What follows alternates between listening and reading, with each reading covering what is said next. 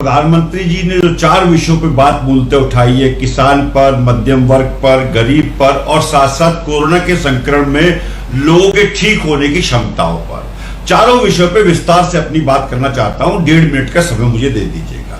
देखिए, PDS system 1947 में शुरू हुआ, मनरेगा योजना 2005 में शुरू हुई और आपका राइट टू फूड योजना जो है 2013 में शुरू हुई। तीनों ही समय में पंडित नेहरू 1947 में थे, 2005 में मनमोहन सिंह साहब थे और 2013 में मनमोहन सिंह साहब थे। तो ये तीनों योजनाएं कांग्रेस के टाइम पे शुरू हुई, तो लौट के कांग्रेस की योजनाओं पे आए मोदी जी, इसके लिए मोदी जी बधाई के पात्र है, पहली बात। दूसरी बात मैं कहना चाहता हूं, जो विफलताओं का स्मारक हुआ करता था, आज वो राहत का पैकेज बन गया। मनरेगा योजना से लेके पीडीएस योजना, जो लूट की योजना हुआ करती थी पीडीएस योजना, वो भूख मिटाने की योजना हो गई है। मोदी जी के शब्दों के अनुसार, मैं कुछ नहीं कह रहा, मोदी जी ने ये बातें कही हैं। याद करिए छत्तीसगढ़ में पीडीएस योजना में किस तरह से लूट हुई थी बकायदा। तीसरी बात मैं बहुत महत्वपूर्ण यह कहना चाहता हूं अपने भाई से, 80 करोड़ लोगों की भूख मिटाने की बात है। लोगों की भूख मिटनी चाहिए, इसमें कहीं कोई संशय नहीं है, बिल्कुल मिटनी चाहिए। लेकिन ये 80 करोड़ लोगों का प्रावधान 2013 में राइट टू फूड में कर दिया गया था।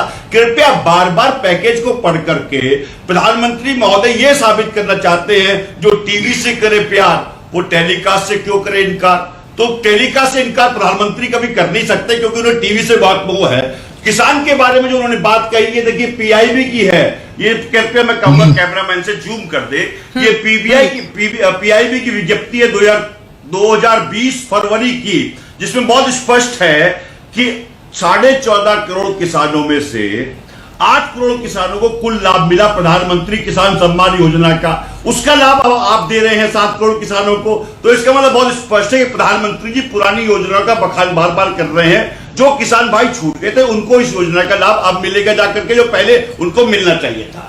दूसरी बात बहुत स्पष्ट कहना चाहता हूं, किसान के विषय में डीजल के दाम में जिस तरह से बेतहाशा वृद्धि हो रही है, उससे क्या किसान का खर्च नहीं बढ़ेगा, कॉस्ट ऑफ प्रोडक्शन नहीं बढ़ेगा, इसके विषय में बता दें। प्रधानमंत्री महोदय ने कहा किसान ने बहुत काम किया। हाँ साहब, किसान ने बहुत काम किया, लेकिन किसान का जो 1925 रुपए कुंटल पे गेहूं खरीदी होनी थी, चने की खरीदी होनी थी, अन्य और रबी की फसलों की खरीदी होनी थी, उसकी वजह से किसान को करीब 21,000 करोड़ का नुकसान है। मैं खुद किसान हूं, मैं खुद किसानी करता हूं, गन्ने की, गेहूं की, चावल की, फूलों की और सब्जियों की, 5 चीजों की किसानी करता हूं। मैं खुद इस बार 35 लाख के नुकसान में हूं, बागवानी से लेकर के और सब्जियों की खेती में, क्योंकि मैंने भी अपने गांव में लगा रखे हैं पॉली हाउसेस। तीसरी बात जो महत्वपूर्ण मैं कहना चाहता हूं, प्रधानमंत्री जी ने जिक्र किया बिहार का चुनाव है। देखिए, बिहार 3 पैरामीटर्स पे प्रधानमंत्री बता दें कि क्या ये सत्य नहीं कि 2014 के बाद से लेकर के 2019 तक बिहार में गरीबी बढ़ी है। पहली बात, ये सरकार की, केंद्र सरकार की रिपोर्ट है।